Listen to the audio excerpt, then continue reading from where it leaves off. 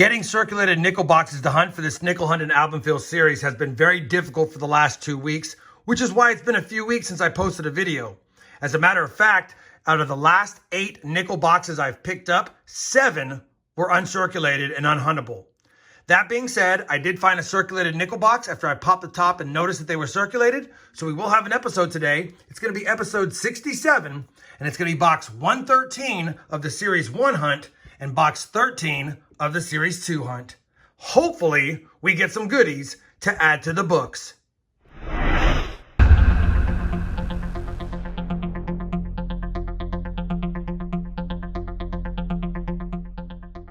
Hey everyone, it's Rob with RobFindsTreasure and welcome back to my channel. I want to make a quick reminder that if you're new to my channel or new to this series, please consider checking out the entire playlist that starts at box 1, linked both down below in the video description, as well as pinned up here for your convenience. That way you know where we stand before getting caught up on this episode, and hopefully it's a good one.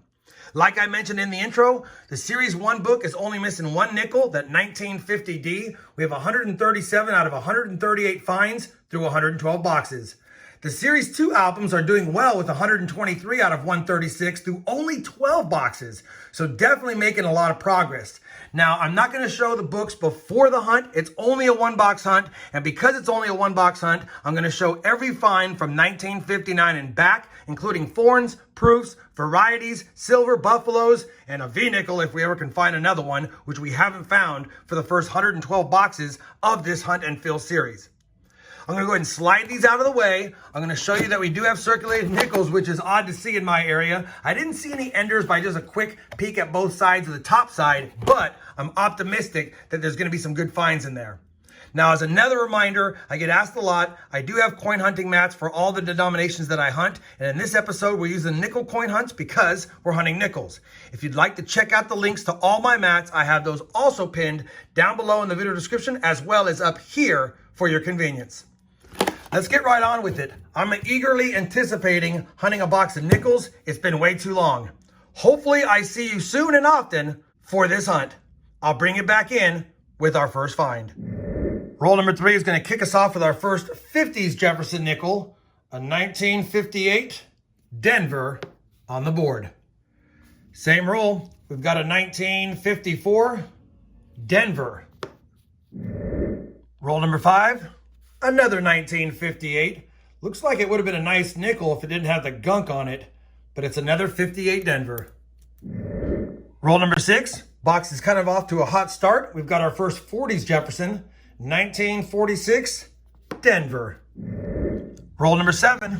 Yet another 1958 Denver.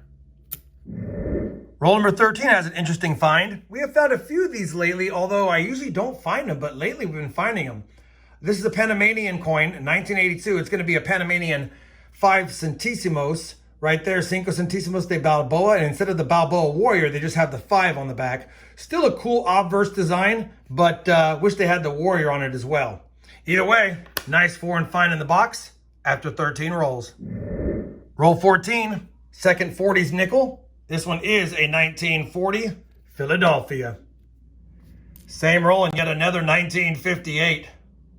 But this time Philadelphia, I believe. Let me just double check that one more time. It might have a mint mark. I can't tell. Yeah, 58D. I was excited for a second because 58P is a tougher date, but just another 58 Denver. Just a light mint mark or been worn away a little bit. Roll 15, and guess what? We've got our 5th 1958 of the box already.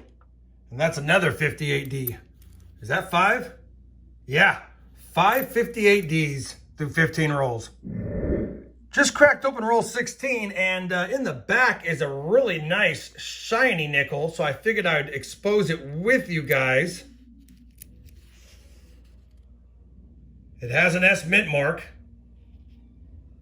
54S. Wow. Let's put that under the scope and check for that S over D over mint mark. I don't see the S over D. There is a slight dot or ding to the east of the S, and there's no full steps, but you know what? That is a nice 54S. I can tell by the strike and the color, it must have been old or kept in an album. that's going to upgrade either books 1 or 2 for sure. Let's go ahead and add that to the top of the board. I don't want it getting mixed up with the other finds. And get back to the hunt.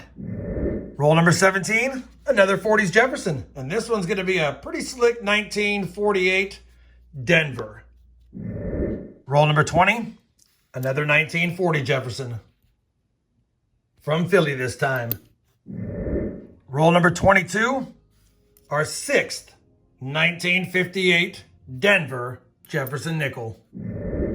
Roll 26, another nickel from 1940. And I think that might be an S this time. And it is 1940S. I think we have the PD and S set from 1940, although we don't need them. Same roll, and we have our oldest Jefferson nickel of the hunt, 1939. Have a mint mark. It doesn't, but we can still check it for that DDR on 5 cents and on Monticello, which it's not. Still, can't get mad at finding a second-year Jefferson nickel, 1939, Philadelphia. Oh, and yeah, we don't know what year that one is at all.